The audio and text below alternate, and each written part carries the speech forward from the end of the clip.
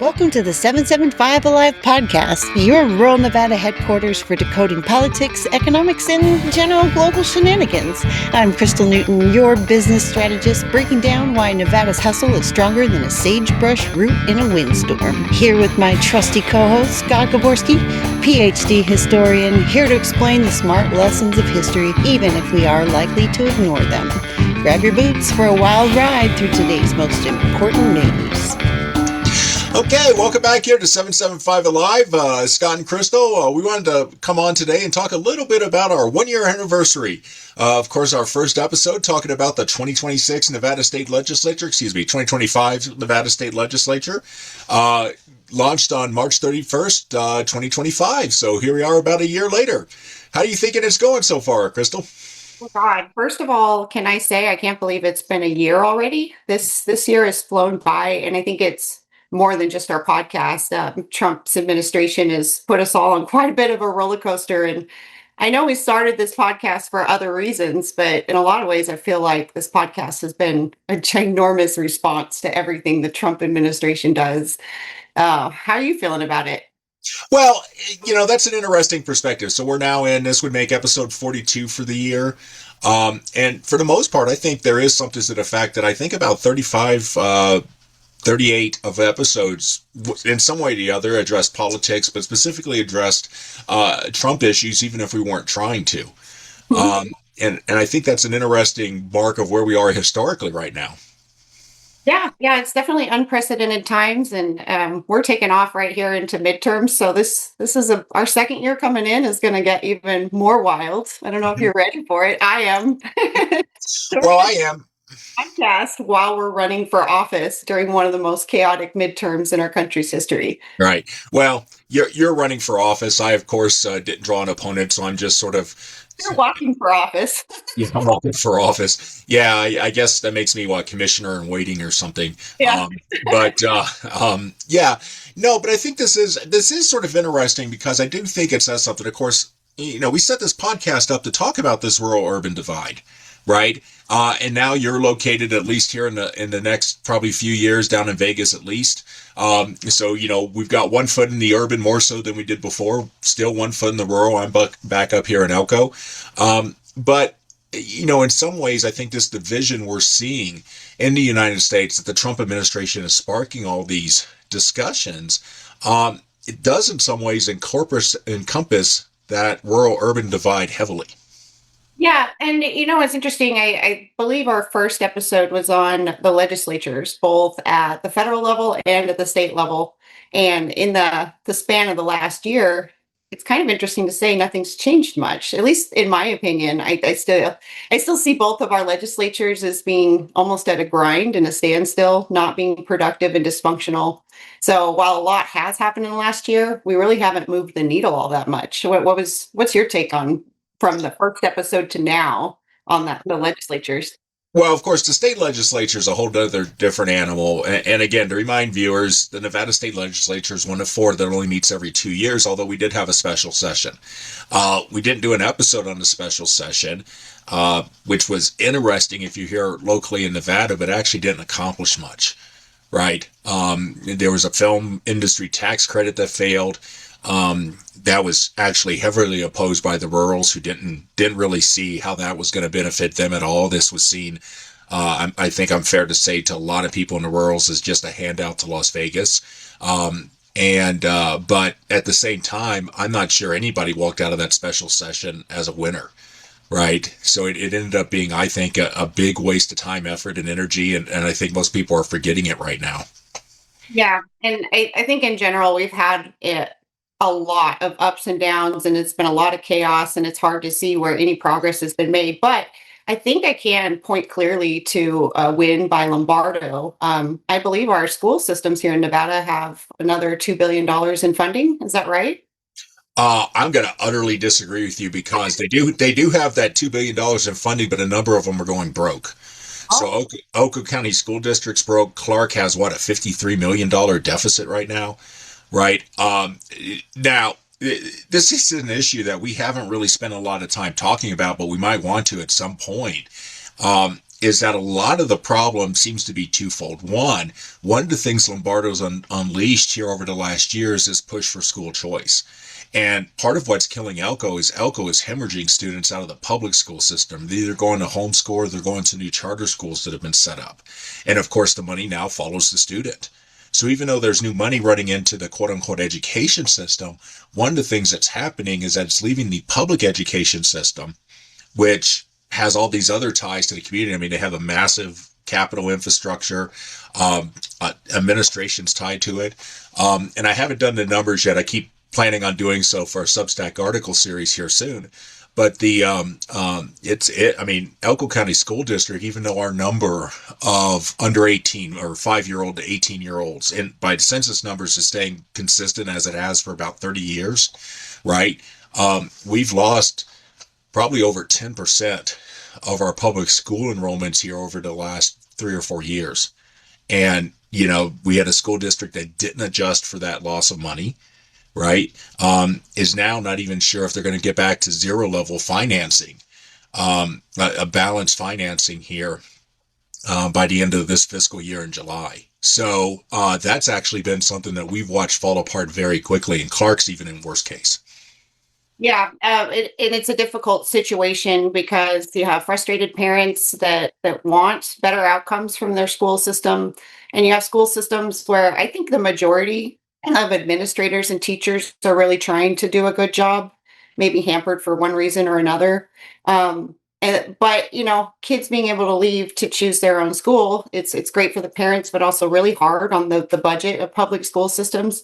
And you would almost hope that maybe they would come to an arrangement. Maybe some charter schools can rent some space out of the public school system and maybe offset some of those costs. And it's going to be a bumpy transition in between, traditional public school systems and students choosing to go there or not. That's going to be tricky for the budget. Right.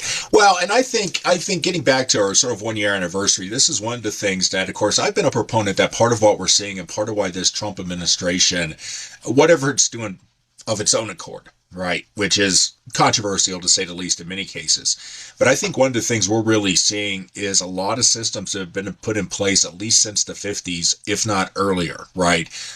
So we did the episode on Iran. We basically have an international system that's really been in place since the Second World War that's falling apart. We're seeing that with a new conflict in the Middle East. But domestically, we have policies in some cases dating back to the 30s. American domestic political policies that are starting to fall apart. I mean, some of these systems are 70, 80, 90-year old, how we think about them. And I think one of the things we're starting to uncover as we go through this podcast is that a lot of these fractures are these systems that, by any stretch of the imagination, are in some ways decrepit. They become locked in place, right? And now we're really struggling, right? And I think we're seeing part of that on the education system, because I mentioned Elko County School District's quote unquote bankrupt, but they actually have tons of money. It's just a lot of this money has been set in these accounts for capital funds, for this type of fund, that type of fund, that have been isolated by decisions of legislatures in an effort to control fraud, which is probably one of the big buzzwords over the last year we've encountered. So now you have a school district that has, like a $6 million deficit, and there's $100 million sitting in a capital budget fund that they can't touch. That there's nowhere legally they could take $6 million off and keep the funding going. Right. And that's all part of where we talk about these infrastructure systems falling apart. And we've had the same thing with Doge. We've had the same thing with some of the corruption we've seen up in Minneapolis. We talked with Sean Holster from the Minneapolis GOP here recently, and that's another issue that's popped up, is that these systems have been set in place so long that they've become decrepit and immobile. And we're going to have to figure out how to leverage them. Yeah, I was actually just thinking about Sean this week. I thought about giving him a call and being like, "Are you okay? How's everything going in Minneapolis?" Right. You made a lot of great points, and I'm a little disappointed in some of our national leadership, because I really feel like there's a conversation missing nationally, which is we do have a lot of systems that are 50, 70, 90 years old. And, in that space of time, some of the most efficacious of humans among us will figure out how to game the system. And there generally is a reset. And the same in the economic markets. If you have a lot of growth, you generally have a correction. So the thing that I am disappointed in is there's not more national messaging on hey, we're going through a correction period. We got to correct a lot of things that have gone wayward, and it's going to be painful and it's not going to be pretty. So you should brace yourself. Instead, you see a lot of fighting back and forth, and the political parties are blaming each other. And I just wish there was more of an honest conversation that correction periods and turnaround periods are very difficult and they are very painful. Well, and I think part of the problem is you do have you have so many of these systems falling apart simultaneously, and that in many ways I think is one of the reasons we're seeing so much controversy around not only the Trump administration more broadly, but if you look at some of the topics we've been dealing with for the last year, right? So tariffs and Doge both represent a totally new approach to government that's coming online, being pushed by the Trump administration. One of the things I was not expecting to deal with a year ago when we set up this podcast is we're up to now, 4 episodes that have been devoted to AI. Right, artificial intelligence and what that's going to mean economically, what that's meaning politically. We did that wonderful interview with Adrian Marsh from Ultim Insights, looking at the centrality of AI messaging to the upcoming Democratic strategy for 2026, and we're seeing that pop out everywhere. Right. Interestingly, it's popping out predominantly in the one area that Adrian didn't talk to and said she didn't see in her research was on these data centers. Right. I mean, there is a ton of opposition to these data centers going in, right? Because they're going into rural areas where they're going to draw a lot of electricity, they're going to draw a lot of water, and not provide a lot of jobs, right? It becomes an exploitable resource, not much different from mining and everything. Yeah, and I think we were correct in having several episodes on AI because it does impact us on so many different levels, particularly on our grid systems and our resources. The thing that I don't want to see happen is the energy prices going up for people, especially in the low income. You can't have energy prices soaring up to 30, 40, 50 cents a kilowatt hour like they are in California. That would be devastating here in Nevada. But also, I'm also thinking about Travis Mizraeli. Oh yeah. Yeah, Misrule. yeah. Yeah. He wanted to create a democracy platform, basically, where AI analyzes people down to the citizen and tries to figure out how to organize politicians and issues. And even Tony Grady, one of our Nevada political candidates, he's now in the AI space, selling AI software. So we're watching it creep into every aspect of our culture, our economy, our military. That's a scary subject. So I think we're spot on in covering AI. Good for us. Yeah. And of course, we had Hank Thurston, who's up here in Elko running an AI company, right? So this is actually a topic that, when we were initially talking about, didn't really think was going to be that big of a deal, but yeah. And we're going to be doing more. Again, you've already mentioned Tony Grady. You and I were talking with him at the Lincoln Day dinner here at Elko and looking forward to doing an episode with him coming up shortly as soon as we can organize it. But it's been an interesting ride. Along those lines. In fact, we do a little humorous thing. This is an anniversary show. Do you remember one of the first shorts we ever did when you watched that video of the AI robot fighting back against getting shut off in China? Yes. Yeah, it really shocked the fear. I'm going to play that real quick. Yeah, we're doing an episode on artificial intelligence because I saw the video of the robot and the Chinese manufacturing facility fight back. And, well, bottom line is we're going to need some different weapons, y'all. Okay, pretty funny, and it was great just to see sort of the fear on your face. That was terrifying. How is that not terrifying to you? Well, I guess I tend to be a little sanguine about it, but I think the funniest thing about it though is, of course, here as we're leading up to our anniversary here over the last couple of weeks, you had that wonderful video of Melania Trump walking out with the humanoid robot there at the White House to do the press conference, right? So let's play that real quick here as a comparison because wonderful visuals, right?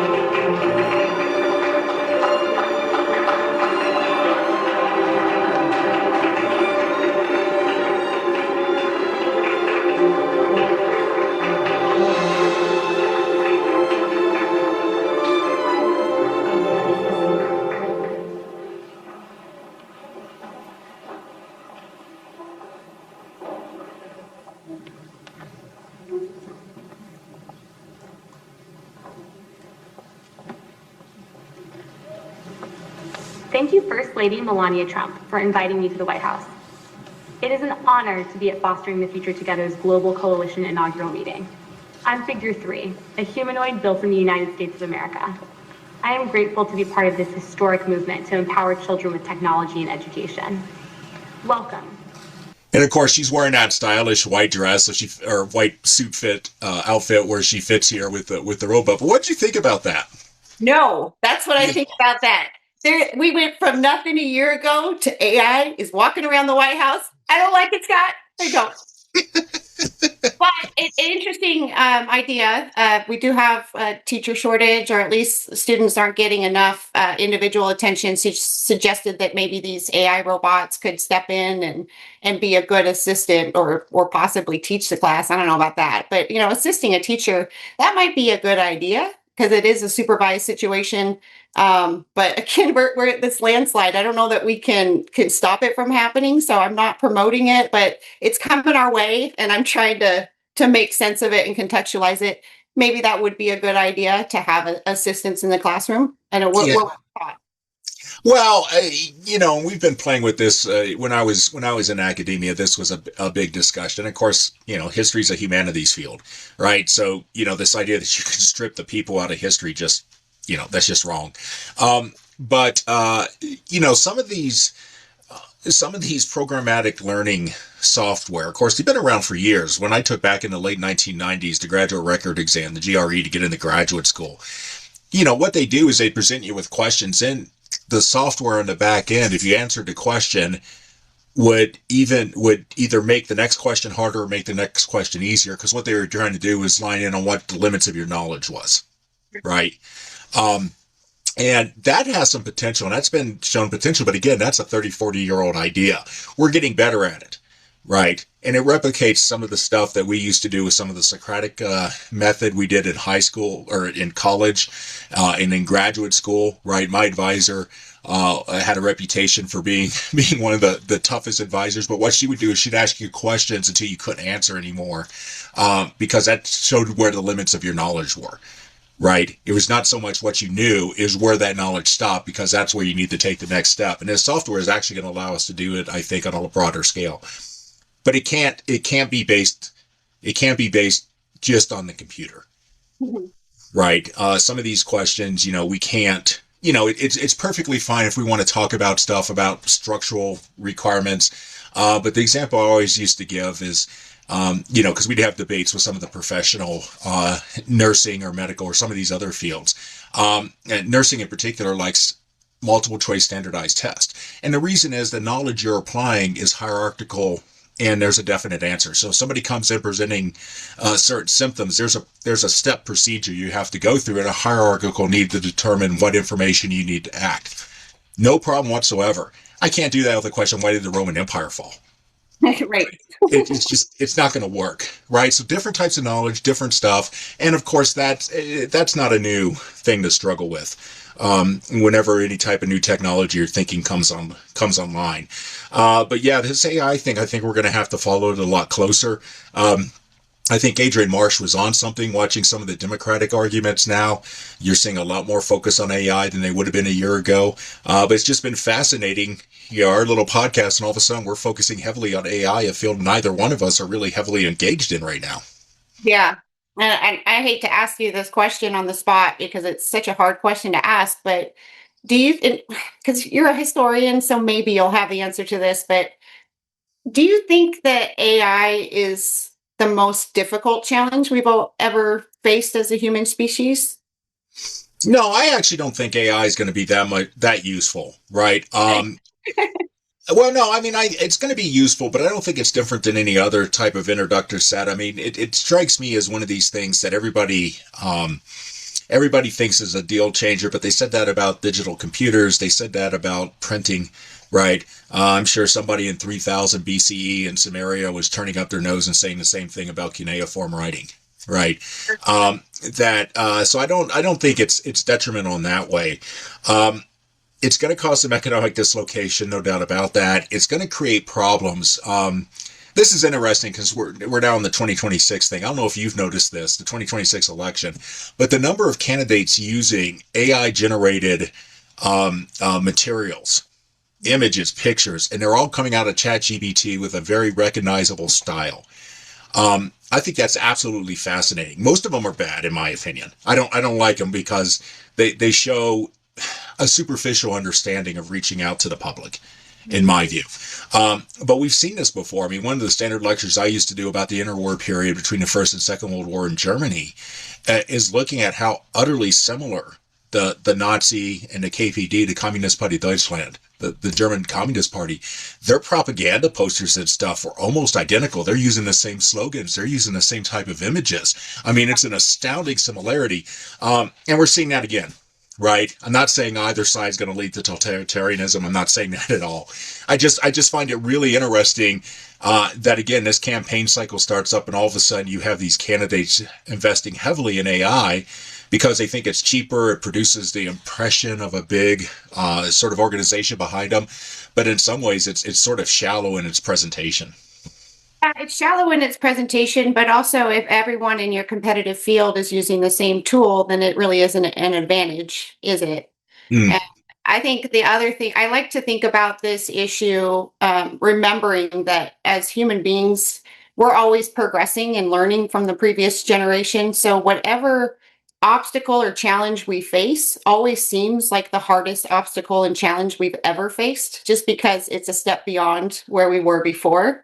And so I always try to remember that, and especially when the sky is falling, the kind of attitude comes. It's like, every generation has the sky is falling moment, and this is ours. But I think ultimately AI, as much as I like to panic about it because it is potentially very dangerous, I think it's going to be a lot like nuclear weapons. And that nuclear weapons are very dangerous, but we as a planet have figured out how to keep it minimal and keep it constrained to a point. But I think AI is going to go in the same direction where it'll rocket past where we are for another year, and then we'll all start to recognize how we need to contain it. Mm-hmm. So I'm not sure how that's going to look, but I'm sure when nuclear weapons first hit the market, they had the same concerns. A nuclear power plant blows the socks off the pricing of traditional electrical grids. So I'm sure everyone panicked at that too. So we'll see how it goes. AI has the potential to do everything we fear, but I have faith in humanity at this point that they'll figure out how to constrain it when needed. Well, and I think we tend to forget sometimes as we talk about panic, and if there's anything I think that has sort of come up here in our experience over the last year is how powerful a motive force that fear or panic is in politics. But you got to remember there was also the promise side that was unrealistic when it comes to nuclear stuff. So a good example is if you're reading the Buck Rogers comic strip, there in the 40s and up into the 50s. One of the things is that everything in their sort of world had the word atomic attached to it, right? So Buck Rogers and Wilma Deering go into the kitchen. There's the atomic toaster and the atomic coffee maker. And it's just written right there in the thing that this was the future. Everything's going to be atomic, which was unrealistic in its own right as well. Right. But it's been a funny dimension on this. And I think you're right. I think AI, we'll take a step back and find some uses for it, discard others, and go from there. Well, let's look at something else though that I've found interesting as well. Is of course we're in podcasting. Podcasting is treated as still a novel sort of media form. It's very hot right now. But one of the things is we actually have found ourselves interacting a lot with radio. Probably the oldest of the mass media stuff outside of newspapers here recently, right? So early on, we did that interview with our good friend the Brinkleys on Talk with a Conservative. We're going to be talking with them again soon, particularly Garland, because you've been wanting to do sort of a more economics focus, and yep, Garland's got a PhD in economics. But then we did go on. And it's their 1-year anniversary too. No, this will actually be their second or third. Oh, this is their 2nd-year anniversary. Right. So yeah, that's coming up here in about 2 weeks. Yeah. But we also did community conversations up here in northeastern Nevada. How do you find that sort of approach? How do you like doing radio? I actually love it. And I think it's kind of funny because you and I both use a different voice when we're on radio. So there's something about not being in front of a camera that makes you just focus on what you're saying. And so for me, it's a much calmer experience. But I also feel a little bit of nostalgia because my childhood was predominated by the radio. We were very much outdoor kids. We really didn't sit in front of the TV all that much. And so I'm kind of used to processing the world while listening to something. And so I have a nostalgia for it. I'm kind of curious, these next generations, how radio hits them because their dopamine click saturation point is so much higher. They need so much more. And I'm almost wondering if radio and podcasting will become more of a therapeutic exercise where you can train your brain to ratchet down the dopamine and listen to a long form thought. I don't know. What do you think?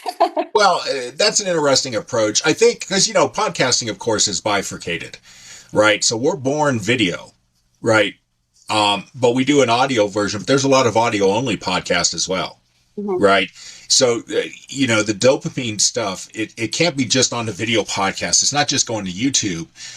It has to be coming from something else. And I think part of it's the structure and format.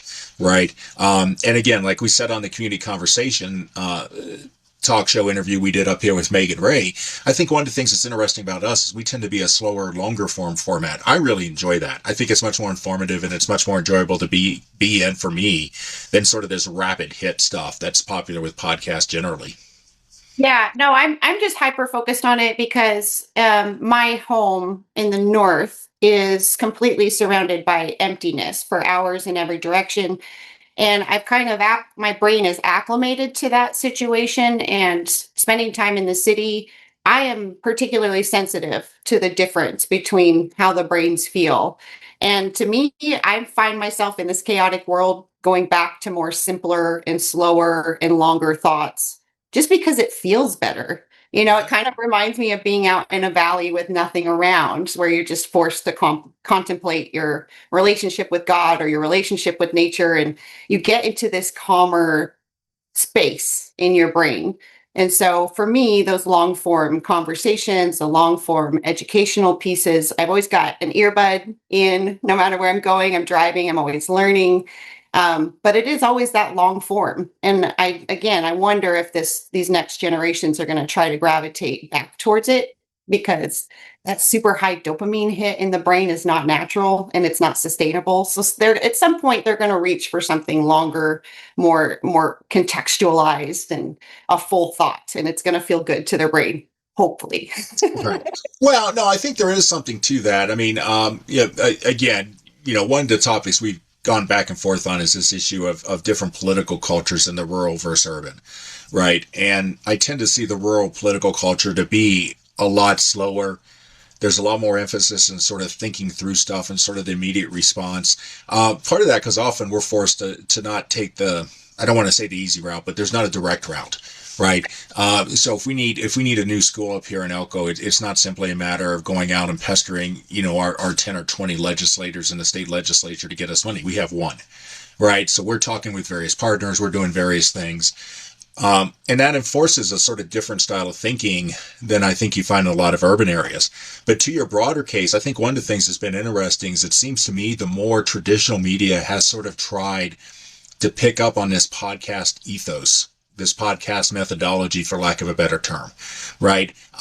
Traditional media right now is hemorrhaging viewers and readership in huge numbers. CBS just shut down their radio division under Barry Weiss, who came over from the Free Press, right? One of these new model online digital media enterprises. I think one of the things that's going to be going on is I do think you're partially right that there is an interest and something different than we're doing now. The mentality of it bleeds, it leads. The mentality of the shock and awe sort of media approach. I think that is dying. Is podcasting going to be the future where you get away from that? I think it still needs to be determined. It's a lot of fun while we're doing it, right? But whether it's going to be long-term in the future, I don't know.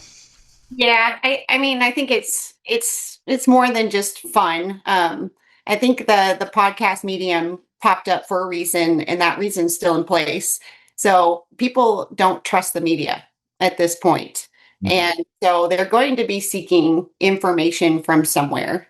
So I think podcasts are a little bit more than a novelty at this point. It's people's frustration with understanding that they're not getting the correct information or they're not getting the right context for the information, and they're searching it out, which, by the way, actually gives me a lot of hope for humanity and their ability to sense their way through darkness. Like, a lot of people don't deep dive into politics like we do. And so I imagine it can feel pretty murky trying to transact a life with all this chaos going on. But people will always seek out some kind of an explanation that makes sense. And right now, national media is still going on their one side or the other direction, and people are just not liking that. They're like, I just need some clarity, I need something with context, and I need to understand both sides in some way. So I think they're going to seek that out, and until the national media does that for them, I think podcasts are still going to have a place. Well, and I would go one step further, because I think one thing that podcasts are currently doing is not only the contextualization and whatnot, but it is providing a way for voices you wouldn't normally hear about these issues, right? Whether it be for a rural perspective for like us, whether it be certain types of minorities, whether it be, I don't know, fringe political movements, whatever, they have a voice, right? Now that's disconcerting, right? There's a lot of people, particularly on the traditional political left, that are really upset at the rise of right-wing podcast. And then, there is some of this stuff is absolutely nasty, right? I can't stand to listen to it half the time.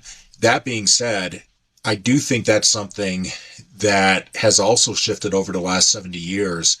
Traditional local media, the local newspaper, the local radio shows, which largely only exist in the rural areas anymore, were real good about bringing in those local voices and talking about local issues. If you were not in one of those markets that had that structure preserved, you're not seeing yourself on the nightly news, no. Right? I mean, even watching not just the not just the Sunday morning talk shows, which have sort of evolved as a, you have your regular group out of DC that's going to be on those and have been since the 50s. But even your Datelines and whatnot, a lot of these really are just the same talking heads that show up on every show nationally. And I think people are disconnected from that right now. Yeah. And again, I made this point earlier. I wish there would be some sort of a national leader that could clearly state and articulate that, every few generations, we usually have a massive correction of some sort. And it's to me, it's a part of the natural growth progression of a society. Like, you make changes every decade, and eventually you get to a point where, like, whoa, we went a little too far off this way and we need to correct back. Well, I think what we really need is a voice that is very clear about, hey, yes, it is chaotic, it is painful, this is hard. But we go through this every few decades. This is our time. We're going to get through it, and it will be okay again. Mm-hmm. Yeah, I mean, it'd be great. I don't know if we're ever going to have a leader that expresses that, but the sentiment is correct. Of course, the problem is you're dealing with institutions that are, by their nature, geared towards inertia, right? Well, I know you always call me a cynic, and I think you are correct in that. But there is a ton of money to be made off of pitting people against each other. And I really wish people could understand that a little bit better, that as much as they're excited to dive into their anger and their hatred towards the other side, it's really just serving to make rich people richer. And that's really all it's doing. And by the way, it's destroying your communities. Right. So I get a little bent out of shape because all of this anger in this country is doing nothing but making rich people more rich and more powerful. So I just wish we could step back from that and be like, wait a minute, we're being pit against each other. Let's not do that. Well, and this is, I mean, we did that episode with the paid protesting. Adam Schwartz. I mean, that's part of what he was talking about is, some of the misuse of that paid crowds as a marketing sort of tool, right? And how it can sort of go in bad directions. I think there is something to that. I think, and again, my happy place is seeing how badly, I mean, I hate to say this, but a lot of these traditional platforms that have leaned heavily into that are now starting to bleed heavily economically. Hollywood's a great example of this, right? The Oscar viewership just took another huge drop here a few weeks ago. People just are tired of it, right? And it's not just, I don't even think it's just the politics. It's the fact that they don't really seem to be engaged with their own artwork anymore, right? It's a lot of repackaging. It's the same stories told again and again and again, which is always sort of the case. But at least from time to time, you had some imaginative reworkings of stuff, right? And that seems to be verboten in modern Hollywood. So, you know. And in all this chaos and upheaval, it can look really difficult to find a silver lining. But the further and further let's date it back to just slightly before COVID, we maybe even right before Trump. What's interesting to me is, despite all the billions and billions and billions of dollars that are spent on trying to create different narratives on different sides, the American people have sniffed out the uncanny valley several times now. And we saw that with the Kamala Harris campaign. $1.5 billion were spent. All the celebrities everybody loves was invited. They made a big spectacle of it. It was a big party. And can't you feel the joy? And she lost. And you see the news media pushing out all these crazy one narrative perspective all the time, spending, again, billions and billions of dollars to push this narrative, and the ratings are dropping and dropping and dropping. So what's really promising to me is the people are rejecting this stuff. And I think that is the most important thing in our society. And I'm very happy to see that, because that's a seed that will germinate through whatever atomic fire is coming our way over the next few generations. That seed will always be able to restart. Mm-hmm. Yeah, and of course, it gives Bill Maher that wonderful joke. One of the funniest things he said in years, and I like him. I think he's a generally funny guy. But just recently, Kamala Harris was saying something about, can't even remember what the topic was, but her whole spiel was, the American people don't want this. The American people don't want this. And Bill Maher's take is like, and if there's anybody who knows what the American people don't want, it's Kamala Harris. Going like 3 words into the sentence, I was like, "Whoa!" But anyway, looking forward though, what's your thoughts on where we're going with the 775 Alive podcast? What would you like to see? What's some stuff we want to address?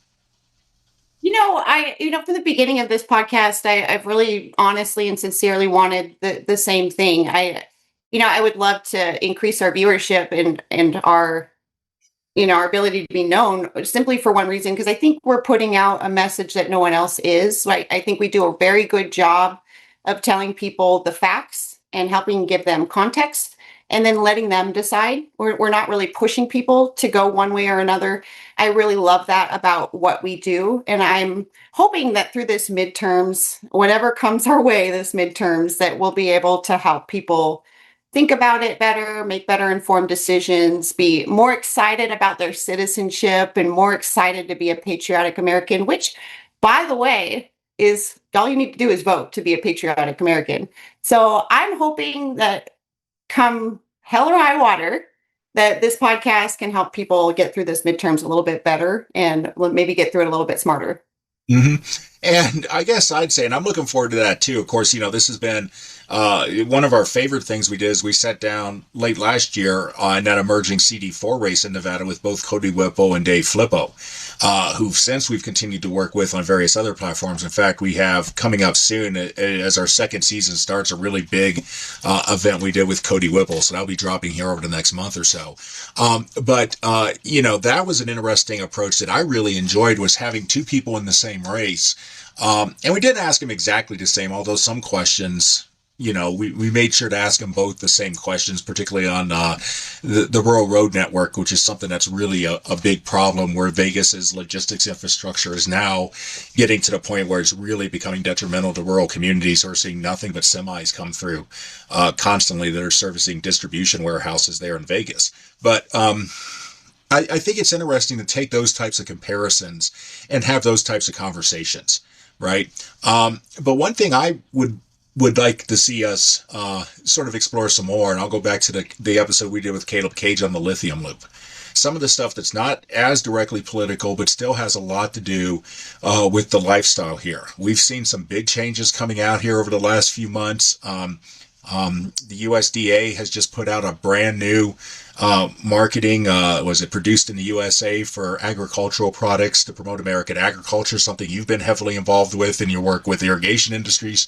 And some of those issues, because I still think we're in a situation where I think rural people understand the urban perspective far more than urban people understand the rural perspective. Yeah. And I think that's where a lot of these discussions are breaking down. I would argue that's exactly what's playing out in this CD2 race up here in the north with Mark Amadei's retirement. Yeah. Is that race is emerging as a rural versus urban race, which is interesting. And, we're only a couple weeks in, so there'll be some more coming.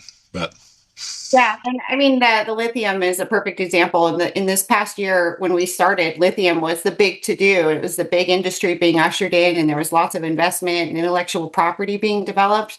But within the space of a year, the lithium price dropped below the cost of production. So for people who don't understand that word, what that means is it costs more to extract it than when you can sell it for. So, I mean, an urban voter in Nevada, that probably never even crossed their radar. An entire industry came in and kind of went out in the space of a year, So it is interesting what goes on in Nevada. right. Well, and gold has been subject to that for years, right? We did that one of our first episodes, the mining in the 775, what they call up here in the world the boom and plateau cycle, because nobody wants to say bust, but that regularly happens to gold, right? But then again, over the last month, lithium has become a big deal again. You've had China asserting publicly that now they have far more lithium than the United States does as a strategic advantage. And, what's the possibility we're going to see in the next 2 or 3 months a ramp up again in lithium production, right? And along the lines of what you pointed to is the strategic importance of it. Yeah, and that is a very interesting thing for those commodities markets. Like a country like China can sit on a vast reserve and decide to flood the market whenever they want to keep other people out of business. So there's an interesting dynamic there. But I'm also glad you brought up gold, because this is the first time we went up above $5,000 an ounce. So the metals markets have just gone bonkers, and I can't help but think part of that has to do with the Trump tariffs and the global realignment. But man, we've seen some crazy stuff go on. And again, Nevada urban population, probably no idea, right? Well, I think they have some idea. I don't think it impacts them the same way. And I think that's one of the things, if we can crow a little bit more, I think this is one of the things that 775 Alive has done well. One of the things is, late last year, we got heavily involved for a number of reasons with some stuff going on down in Las Vegas. And not only had an incredibly warm welcome, from people down there, but it was sort of eye-opening, at least for me, how many of them would come up to us at events after seeing an episode. I'm like, man, we didn't, wow, that's just something we had never really thought about. Which again tells me we're doing something right. Right. There's an audience that's being exposed to sort of a different perspective than they've traditionally had on the rurals. And that's one of the things we wanted to do when we set out a year ago. Yeah. Just a funny note. I was just remembering one of the meetings we went to down here. I remember them asking where we were from, or they asked me directly. And I was like, oh, we're from Northern Nevada. And he's like, oh, Reno. And I go, no, we're a few hours north of Reno. And he's like, there's cities north of Reno. So we're doing a good job letting people know that there's a whole other half of the state. Right. And it's funny, some of the stuff. So, one of the things Crystal did early on is for another project, she had some lease on some billboards up here on US 95 and on I-80. And somebody just the other day commented to me, is like, man, driving down I-80, coming back to Elko from Reno, and there's a billboard with you and Crystal's face. They're still up, and that advertising is catching people off guard, which is sort of interesting.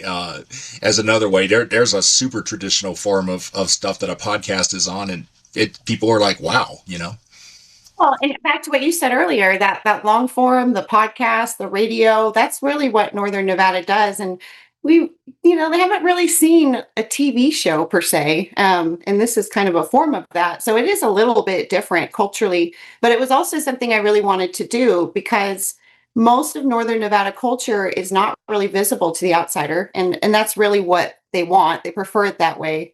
But also my political calculation is that, if most of the state doesn't know about you, why would they ever vote to protect you or support you? So we kind of have to step into the light a little bit and shed some light on who we are and what we're doing and let people know why we should be saved and helped and supported. Right. And I guess we should say here as part of this is that I think we unquestionably owe a lot of thanks over the last year to the people who have watched us. right? We've had people that have watched us from the beginnings, actually reviewed some of our early episodes. That mining in the 775 actually got heavily revised after some friends up here in the mining industry sat down and talked with us about it. But the people who have been listening since then and joining us and watching us, from the bottom of my heart, and I'm sure Crystal feels the same, thank you very much. Right. And all of our guests. I can't believe how many people are willing to sit down. I mean, you have to go out of your way to sit down with us and actually have an hour-long conversation. That's a lot to ask of people these days. So same to all of our guests who have been so gracious with their time and their knowledge. Mm-hmm. So, with that in mind, we're still going to be around. You're going to be continuing to explore some formats. We're going to be talking about some topics. One of the things Crystal's been wanting to do from the beginning, and we're slowly moving into it, is doing some roundtables with multiple people sitting down discussing these issues. You don't just have to listen to us. So we're going to be exploring that over the upcoming year, or years, I should say. Let's just go ahead and make it plural and make that commitment. And of course, you can see our entire catalog. We've had, this makes episode 42 that we did over the year. So about one a week, right? And so I'm not sure what our schedule is going to look like. It's going to be a busy year, but we'll try to keep doing this as often as we can. We ask you very much to stay on. And if you have any question for us or have any comments, please go ahead and contact us at info@775alive.com. But until then, with 1 year under my belt, I'm Scott Gaborski. And I'm Crystal Newton. And we'll see you around the 775.